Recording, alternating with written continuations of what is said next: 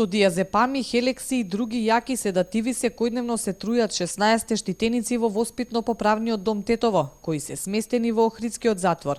Поради јаката седативна терапија која им се дава, децата биле постојано поспани, омалаксани и незаинтересирани. За овој несоодветен пристап кон третманот на децата и сите други пропусти затекнати при посетата на домот се предупредува во посебниот извештај на Народниот правобранител. Известени биле надлежните институции од каде се најавуваат мерки. Директорот на затворот во Охрид Ристе Недески вели дека од нивна страна било постапено по сите правила, а во препишаната терапија на штитениците немале право да се мешаат. Ние кој установа немаме ни право да се мешаме во однос на терапијата што му се препишува на тоа дете.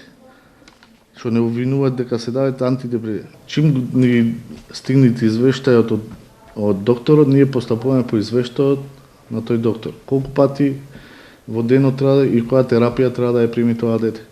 16 штитеници во воспитно-поправниот дом Тетово во Охридскиот затвор се со привремен престој од 2015 година. Во раководството тврдат дека биле сместени во посебен оддел и не биле проблематични. Штитениците од Тетовско веќе со години се дисперзирани по други градови, бидејќи домот во Тетово за време на конфликтот во 2001 година беше запален. Новиот веќе со години се гради во атарот на тетовското село Волковија, но и тој никако да профункционира поради негодување на локалното население.